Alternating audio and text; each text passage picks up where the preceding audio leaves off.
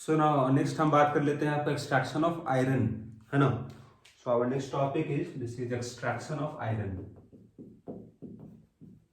Extraction of iron, ठीक है। So iron का एक्सट्रैक्शन करने से पहले हम बात करते हैं इसका ओर कौन कौन सा होगा। तो ओर ऑफ आयरन, है ना, haematite. Haematite formula is Fe2O3। Brown haematite, brown haematite, it's formula is Fe2O3.3H2। फिर यहां हुआ magnetite, magnetite, this is Fe3O4, this is magnetite. सिडराइट, this one is FeCO3. Then there is we call it iron pyrite, this is iron pyrite, this is FeS2. so these are ores of iron, है ना। उसमें से last जो यहाँ लिखा गया iron pyrite FeS2, this is also known as, this is known as fool's gold, क्योंकि इसका कलर जो होता है it is similar to gold, इसलिए इसको बोलते हैं फूल्स गोल्ड, ठीक है। सो यहाँ इंपॉर्टेंट ये जानना आपको है कि आयरन पायराइट जो है इसको हम कभी भी इस्तेमाल नहीं करेंगे हम for extraction of iron. Reason क्या होगा, तो इसलिए हम लिख लेते हैं, यहाँ लिखोगे आप iron pyrite, iron pyrite never used for extraction of iron, for extraction of iron, ठीक है। बिकॉज कारण क्या होगा, पहला रीजन यहां पर, because iron obtained from iron pyrite has large amount of sulphur. यहां बोलोगे because iron, because iron obtained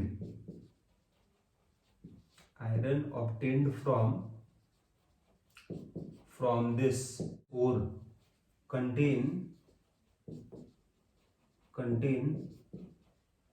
large amount of sulfur which makes iron brittle, ठीक है ना। मतलब ये यहाँ बात हुआ कि सल्फर अगर ज्यादा होगा आयरन में तो आयरन का नेचर क्या होगा, ब्रिटल होगा, मतलब वो जल्दी टूट जाएगा, उसका कोई इंपॉर्टेंस फिर रहेगा नहीं, उसका कोई यूज का फिर आयरन रहेगा नहीं। इसीलिए हम आयरन पायराइट से आयरन का एक्सट्रैक्शन नहीं करते हैं। यहाँ कारण ये होगा कि सल्फर कंटेंट ज्यादा होगा आपका आयरन में। ऐसा क्यों होगा, because iron has high affinity for sulphur, ठीक है ना। तो जल्दी उसको आप सेपरेट नहीं कर सकते, सल्फर को आप सेपरेट नहीं कर पाओगे आयरन से, ठीक है ना। दैट इज वाई आपका सल्फर ज्यादा रहेगा तो that will make iron brittle, तो उसका कोई यूज रहेगा नहीं। तो ये कारण हो गया आपका कि क्यों इससे हम आयरन का एक्सट्रैक्शन नहीं करते, ठीक है।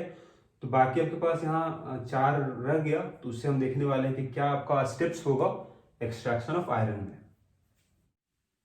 सो यहाँ आप फ्लो चार्ट देख लो आप, जैसे अगर यहाँ सबसे पहले लोगे आप पाउडर्ड फॉर्म और कर लोगे आप, so we get here this is finally divided और लेंगे हम। और सबसे पहले यहाँ हम काम करते हैं, देयर इज ग्रेविटी सेपरेशन बोलो या फिर हाइड्रोलिक वॉशिंग बोलो, दोनों की मीनिंग सेम है। मतलब वाटर की मदद से इसको हम जो भी आपका इम्प्योरिटीज होगा उसको हम हटाते हैं। तो यहाँ पर ये जो आपको मिलेगा, ठीक है, वी गेट हियर कंसंट्रेटेड और मिलेगा आपको। और इससे जनरली हटता कौन है, तो it removes SiO2 and other silicates. कोई अगर सिलिकेट वगैरह है तो वो आपका आसानी से हट जाएगा इस मेथड से, ठीक है। लेकिन फिर भी कुछ अमाउंट इसका रह ही जाएगा, तो यहाँ पर SiO2 लिखोगे आप स्मॉल अमाउंट में, स्मॉल अमाउंट, राइट। तो यहाँ फिर आपका नेक्स्ट स्टेप जो होगा दैट विल बी रोस्टिंग करोगे आप यहाँ पर ही। तो वी डू हियर रोस्टिंग करने से क्या होगा कि जो भी वोलेटाइल गैस बनेगा वो बन के निकल जाएगा, ठीक है। तो यहाँ बोलोगे इट विल रिमूव्स, अगर CO2 गैस बन सकता है, कार्बन डाइऑक्साइड गैस या फिर sulphur dioxide gas, water vapours, ये सब निकल जाएगा। जब ये निकल जाएगा तो और जो होगा आपका दैट विल बिकम पोरस, उसका सरफेस एरिया बढ़ जाएगा। ये हम पहले भी डिस्कस कर चुके हैं। सो यहाँ पर आपको मिल जाएगा वी गेट हेयर, और दिस इज, अगर हम बात करें Fe2O3 जनरली आपको मिल जाएगा यहाँ पर ही, ठीक है ना। यहाँ जो भी और लोगे आप, जैसे अभी बताए थे आपको, हेमाटाइट, मैग्नेटाइट, या फिर आपका होगा सिडराइट, है ना। तो जो भी आपके पास और होगा तो वहाँ स्पेसिफिकली आपको मिलेगा Fe2O3 मिलेगा, ठीक है। अब ये जो मिला होगा, साथ में यहाँ पर स्मॉल अमाउंट किसका होगा, तो स्मॉल अमाउंट यहाँ पर रहा होगा स्मॉल अमाउंट ऑफ SiO2 है, ठीक है ना। चलो, तो यहाँ पर आप Fe2O3 लिखो, या फिर लिख सकते हो we can write here this is roasted ore बोल सकते हो, ठीक है। This is roasted ore. अब अगला स्टेप यहाँ पर क्या होगा, so this one is smelting, है ना। अब स्मेल्टिंग में क्या होगा, तो इस रोस्टेड ओर को, मतलब यहाँ पर आपके पास वी गेट हियर रोस्टेड ओर, साथ में क्या मिलाओगे, साथ में कोक मिलाओगे और लाइम स्टोन। लाइम स्टोन मतलब कैल्शियम कार्बोनेट, ठीक है ना। सो इसको आप ऐड करते हो साथ में। तो यहाँ पर ये आप अगर ध्यान दो, तो अगर लाइम स्टोन अगर एक पार्ट होगा तो इसका 4 टाइम्स कोक होगा, इट विल बी 4 पार्ट, और कोक का डबल होगा और, मतलब दिस विल बी 8 पार्ट। या फिर ऐसा बोलो कि जितना भी और लोगे उसका हाफ कोक रहेगा और उसका 1/4 लाइमस्टोन हो, ठीक है। तो यहाँ जो स्मेल्टिंग होने वाला आपके पास है, स्मेल्टिंग से क्या मिलेगा आपको, स्मेल्टिंग से आपका आयरन जो होगा, iron will be obtained in liquid form, या फिर बोलो आप मेल्ट हो चुका होगा, मतलब यहाँ बहुत ही हाई टेम्परेचर को मेंटेन किया जाएगा, ठीक है ना। तो स्मेल्टिंग किया जाएगा, एक स्पेशल तरह का फर्नेस होगा, है ना, उसको बोलते हैं हम लोग ब्लास्ट फर्नेस। ये कहाँ पर होने वाला है, इन ब्लास्ट फर्नेस, इसमें काफी हाई टेम्परेचर मेंटेन किया जाएगा, मतलब बोल सकते हो आप 1500 डिग्री सेल्सियस, ताकि आपका आयरन क्या करेगा, पूरा मेल्ट हो चुका होगा, ठीक है। तो स्मेल्टिंग से क्या मिलने वाला है आपको, तो उसको यहाँ हम लिख सकते हैं इस वाले केस में, एक तो आपका स्लैग फॉर्मेशन होगा, स्लैग बन के निकल जाएगा आपका इम्प्योरिटीज, और आपको यहाँ मिल जाएगा आपका मोल्टन आयरन मिल जाएगा, उसको हम बोलते हैं that is known as cast iron. Cast iron बोलते हैं, या फिर we call it pig iron, ठीक है ना। और ये किस फॉर्म में मिलेगा आपको यहाँ पर, तो यहाँ पर आपका ये मोल्टन फॉर्म में मिलता है, right. So this is our flow chart for extraction of iron. तो यहाँ रिएक्शन अब क्या होगा, तो यहाँ से यहाँ कोई रिएक्शन नहीं होने वाला, लेकिन रोस्टिंग में रिएक्शन होगा और स्मेल्टिंग में रिएक्शन होगा। तो रिएक्शन यहाँ जो भी होगा उसको हम डिस्कस करेंगे, लेकिन उससे पहले मैं यहाँ बात करना चाहेंगे what is the meaning of blast furnace, और किस तरह दिखेगा आपको, उसको पहले देखते हैं। This is the diagram of blast furnace, है ना। तो यहाँ बगल में लिख लो, this one is blast furnace, blast furnace, ठीक है ना। अब जरा समझो यहाँ पर इसका काम किस तरह से होगा। यहाँ पर ऊपर से चार्ज किया जाएगा, चार्ज का मतलब क्या हो गया, चार्ज का मतलब मिक्सचर हो गया आपका, और रोस्टेड ओर प्लस कोक ऐड किए थे आप, साथ में ऐड किए थे हम लाइम स्टोन, तो ये तीनों का मिक्सचर जो होगा इसको बोलेंगे हम लोग चार्ज, उसको ऊपर से ऐड किया जाएगा। जब उसको यहाँ उसका लोड जब यहाँ ज्यादा होगा, तो ये जो आपका इस तरह का जो आपका यहाँ स्ट्रक्चर है, ये जब लोड ज्यादा होगा तो नीचे आ जाएगा, और इस तरह से आपका चार्ज जो है, जो मिक्सचर जो हो नीचे यहाँ पर आ जाएगा, और फिर से ऊपर आके यहाँ पर क्लोज कर देगा, ठीक है। फिर से यहाँ रिएक्शन वगैरह होगा, है ना, तो फिर से यहाँ ऐड करोगे अगर आप, तो फिर से वो लोड बढ़ेगा, तो फिर से आपका जो सिस्टम है वो नीचे आएगा, और आपका जो चार्ज है वो नीचे आ जाएगा, ठीक है। तो अब यहाँ देखो नीचे क्या हो रहा है, तो सबसे ऊपर में कम टेम्परेचर है, तो अगर इसके नीचे अगर आओगे आप तो टेम्परेचर बढ़ेगा, जो आपको यहाँ दिख भी रहा है। सबसे ज्यादा टेम्परेचर कहाँ पर होगा, तो जहां पर ही आपका टूअर्स है, टूअर्स किसको बोलते हैं, दीज आर टूअर्स, इससे आपका हॉट एयर पास किया जाएगा, this is hot air pass किया जाएगा दोनों जगह से, ठीक है। This are known as tuyeres. Tuyere किसको बोल रहे हैं, जहां पर ही हॉट एयर पास होगा, ठीक है। अब यहाँ पर सबसे ज्यादा टेम्परेचर होगा क्योंकि यहीं पर हॉट एयर पास होने वाला है, ठीक है ना। तो यहाँ पर टेम्परेचर आपका मैक्सिमम है, ठीक है। तो यहाँ पर ये आपके पास आपका मोल्टन फॉर्म में स्लैग बाहर आ जाएगा, और इधर से मोल्टन आयरन भी आपका निकल जाएगा। स्लैग का डेंसिटी कम होता है तो वो आपका ऊपर है, आयरन नीचे है, आपका आयरन अलग हो जाएगा, स्लैग अलग हो जाएगा, राइट। अब यहाँ रिएक्शन क्या होगा जरा उसमें यहाँ देख लेते हैं हम लोग हैं। तो आपका रोस्टिंग स्टेप जो हम बात करेंगे अगर हम लोग, तो लेट अस सी रोस्टिंग स्टेप में रिएक्शंस क्या होगा।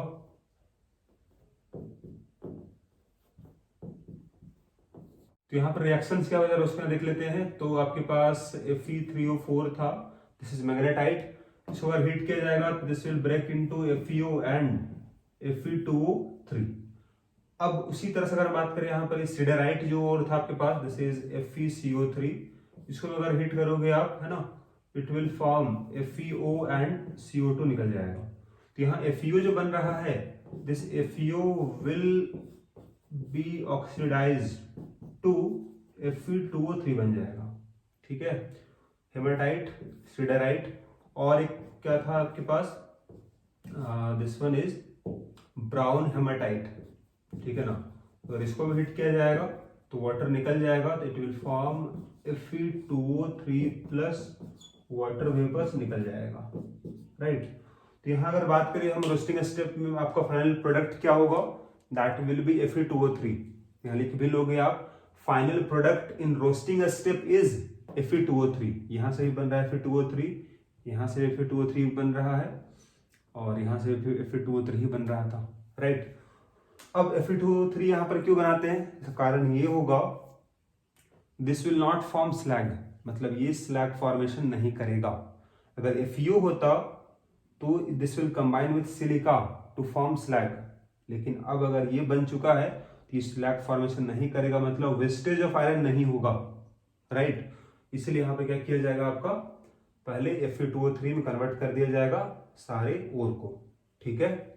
यहाँ क्वेश्चन आपको इस तरह से भी पूछ सकता है कि भले यहाँ पर कोई सल्फाइड ओर नहीं था, फिर भी यहाँ रोस्टिंग क्यों किया गया, तो कारण क्या बताओगे, टू फॉर्म Fe2O3, ताकि इसका स्लैग फॉर्मेशन नहीं होगा। अगर FeO होता तो स्लैग फॉर्मेशन करता, ठीक है ना। So let us see what are the reactions occurring in smelting step, ठीक है ना। तो यहाँ देखो आप टेम्परेचर, अगर यहाँ देखो इस ब्लास्ट फर्नेस में, तो एट दिस टेम्परेचर रेंज, है ना, यहाँ पर आप ऐड क्या किए थे, लाइमस्टोन था। तो लाइमस्टोन जो होगा कैल्शियम कार्बोनेट, वो आपका डिकम्पोज कर जाएगा and this will form calcium oxide plus CO2 gas बना देगा, ठीक है।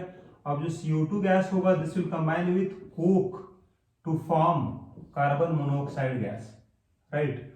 मतलब यहाँ पर अगर बात करें इस टेम्परेचर रेंज में, यहाँ रिएक्शन क्या होने वाला है, लाइमस्टोन जो ऐड किए थे आप कैल्शियम कार्बोनेट को, वो डिकम्पोज होगा, और उसका CO2 जो है that will combine with coke, this is carbon, to form CO gas. अब यहाँ CO गैस होगा, गैस जब ऊपर आएगा तो ऊपर से क्या आ रहा है, ओर आ रहा है, और कैसा ओर है, रोस्टेड ओर है, मतलब क्या है, Fe2O3 है combine with CO to form, it will form Fe plus CO2 बन जाएगा, राइट।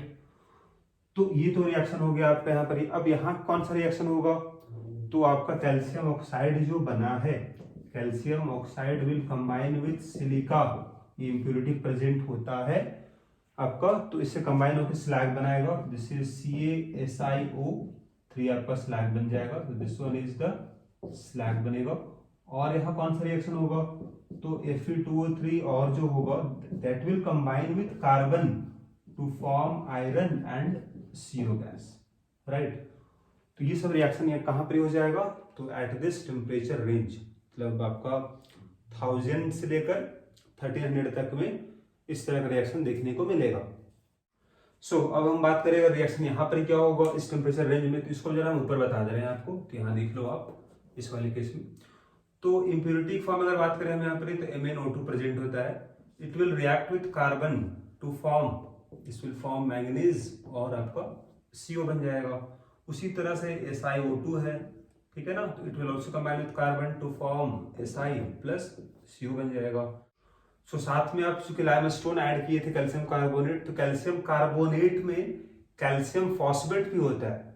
अब यहाँ साथ में एक रिएक्शन और भी होगा, जरा उसको यहाँ देख लो आप, तो कैल्शियम फॉस्फेट, है ना, calcium phosphate is present in limestone. तो चूंकि आप लाइमस्टोन ऐड किए हो आप, तो इनडायरेक्टली आपको ये भी ऐड हो चुका है, ठीक है। सो दिस इज इम्प्योरिटी। तो अब कैल्शियम फॉस्फेट जो है this will react with SiO2, ठीक है। तो यहाँ से आपका कैल्शियम ऑक्साइड जो बनेगा this will react with SiO2 to form slag. तो यहाँ पर CaSiO3 स्लैग बन जाएगा।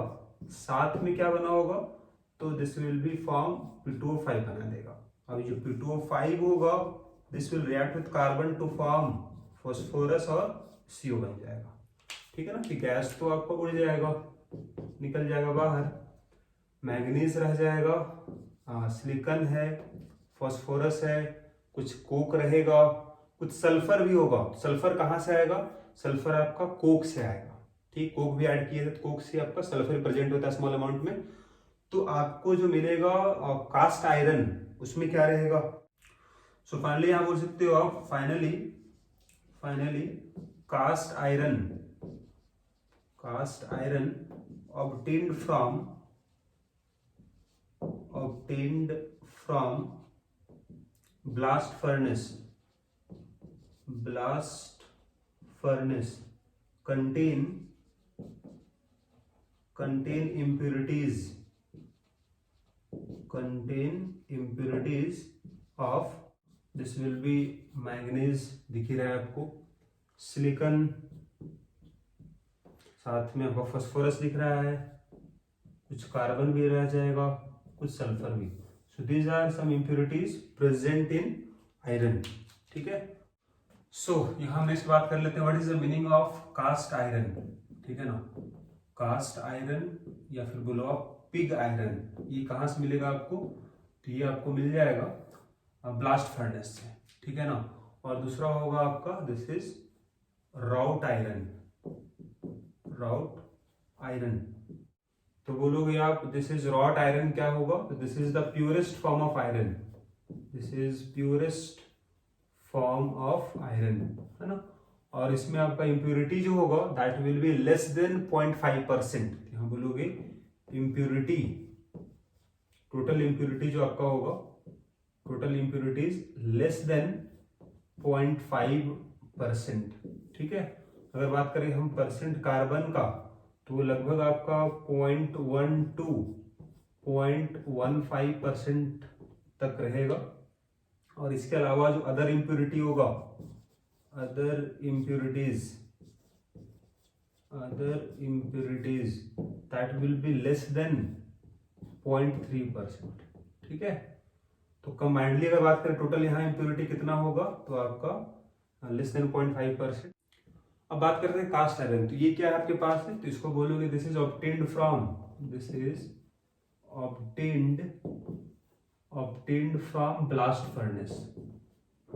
Blast furnace. तो सिंपल यहाँ भी बोल सकते हो आप कि कास्ट आयरन बोलो या पिग आयरन बोलो, ये इस वाले केस में क्या होगा, यहाँ इम्प्योरिटी कंटेंट ज्यादा रहा होगा, है ना, as compare to wrought iron. यहाँ सबसे कम है इम्प्योरिटी, दैट्स व्हाई इसको हम बोलते हैं प्योरेस्ट फॉर्म ऑफ आयरन, ठीक है। सो अब यहाँ नेक्स्ट बात हुआ कैसे आप ऑब्टेन कर पाओगे रॉट आयरन को फ्रॉम कास्ट आयरन, ठीक है। सो यहाँ नेक्स्ट बात करते हैं कैसे मिलेगा आपको wrought iron from cast iron, ठीक है ना। यहाँ पर आपके पास है कास्ट आयरन है, इसमें कौन कौन सा इम्प्योरिटी होगा, manganese, silicon, phosphorus, sulphur, carbon, these are impurities present in cast iron, ठीक है। तो इससे आपको चाहिए रॉट आयरन, है ना। So we obtain here wrought iron. अब ये कैसे मिलेगा आपको, तो ये मिलेगा आपको बाय पुडलिंग प्रोसेस। इसमें होता है क्या है ना, इसमें आप क्या करो, इसमें आप हॉट एयर को ब्लास्ट करो, hot air is blasted and stealth well, है ना, उसको आप अच्छे से घुमा दो उसको आप। तो इस वाले केस में हॉट एयर पास किया जाएगा और उसको अच्छे से उसको आप स्टीयरिंग करोगे आप। तो इससे क्या होगा, इट विल रिमूव, क्या रिमूव करेगा, जो भी यहाँ इम्प्योरिटी होगा उसको हटाने में मदद करता है। तो कार्बन अगर है तो आपका CO2 बन के निकल जाएगा, सल्फर है तो SO2 बन के निकल जाएगा, ठीक है ना। और बाकी अगर है तो आपका स्लैग बन के निकल जाएगा, ठीक है। और बात करें ये प्रोसेस कहाँ करोगे आप, तो ये करेंगे हम लोग इन पुडलिंग फर्नेस में करेंगे, ठीक है। तो यहाँ बात करें ये आपका कास्ट आयरन कहाँ लोगे आप, it is taken in furnace, ठीक है ना, उसको बोलेंगे हम पुडलिंग फर्नेस, जहां पर ये काम किया जाएगा उसको बोलेंगे हम puddling furnace. So this is taken in puddling furnace, right. अब इसमें खास बात ये होता है फर्नेस में कि उस फर्नेस में लाइनिंग होगा हेमाटाइट का, which have lining of haematite, मतलब Fe2O3 का उसमें लाइनिंग होता है। तो अगर यहाँ बात करें what is the importance of haematite, इसका लाइनिंग यहाँ क्यों किया जाएगा, उसका इंपॉर्टेंस क्या है, तो उसके यहाँ बगल में बता दे रहे हैं आपको what is the importance, what is significance of lining of Fe2O3। तो इसका लाइनिंग अगर वहां पर होता है तो इसका इंपॉर्टेंस क्या होगा, तो पहला इंपॉर्टेंस यहाँ पर ये होगा इट विल रिमूव इम्प्योरिटीज, तो इसके मदद से इम्प्योरिटीज हट जाएगा। तो रिमूव इम्प्योरिटीज, उसके साथ साथ ये प्रोड्यूस करेगा आयरन भी, ठीक है। तो दोनों काम यहाँ हो जाएगा, इम्प्योरिटी हट भी जाएगा, आयरन बन भी जाएगा। तो ये इसका इंपॉर्टेंस है लाइनिंग ऑफ हेमाटाइट का, ठीक है। अब यहाँ रिएक्शंस क्या होगा जरा उसको यहाँ देख लो आप। तो CO2 कब बनेगा, CO2 तभी बनेगा जब कार्बन का रिएक्शन हो जाएगा ऑक्सीजन के साथ and it will form CO2 gas. उसी तरह से अगर सल्फर प्रेजेंट है तो sulphur will react with oxygen to form SO2 gas, right. लेकिन इसके अलावा अगर यहाँ फास्फोरस प्रेजेंट होगा तो फास्फोरस प्लस O2 अगर बोलोगे इट विल फॉर्म P2O5, लेकिन ये आपका निकल नहीं पाएगा बिकॉज ये गैस नहीं होगा। तो फिर क्या होगा, P2O5 जो होगा it will react with Fe2O3, जैसे यहाँ Fe2O3 था ना, लाइनिंग यहाँ पे किया गया था फर्नेस में, Fe2O3 से रिएक्शन करेगा and it will form slag FePO4 बनाएगा and this one is the slag. तो इस तरह से ये भी आपका निकल जाएगा, राइट। तो फिर यहाँ पर ही कार्बन देख लिए हम, सल्फर का देख लिए, फास्फोरस का देख लिए। अगर सिलिकॉन होगा अब यहाँ अगर देखिए हम लोग कि अगर यहाँ जो सिलिकॉन था this will react with Fe2O3 की जो लाइनिंग किया गया था उससे रिएक्शन करेगा, इट विल फॉर्म SiO2 और आयरन बन जाएगा। तो अभी जो बोले थे आपको आयरन फॉर्मेशन होता है बिकॉज ऑफ हेमाटाइट लाइनिंग, यहाँ दिख रहा है आपको। उसी तरह से यहाँ पर मैंगनीज भी है, Mn plus Fe2O3 it will form MnO बनाएगा प्लस और क्या बनाएगा, तो आयरन बनाएगा, राइट। तो यहाँ एक बेसिक ऑक्साइड है, एक एसिडिक ऑक्साइड, दोनों आपस में कंबाइन कर जाएगा SiO2 और MnO2 to form slag, it will form MnSiO3 बनाएगा, दिस इज आल्सो स्लैग। तो ये भी निकल जाएगा आसानी से, ठीक है।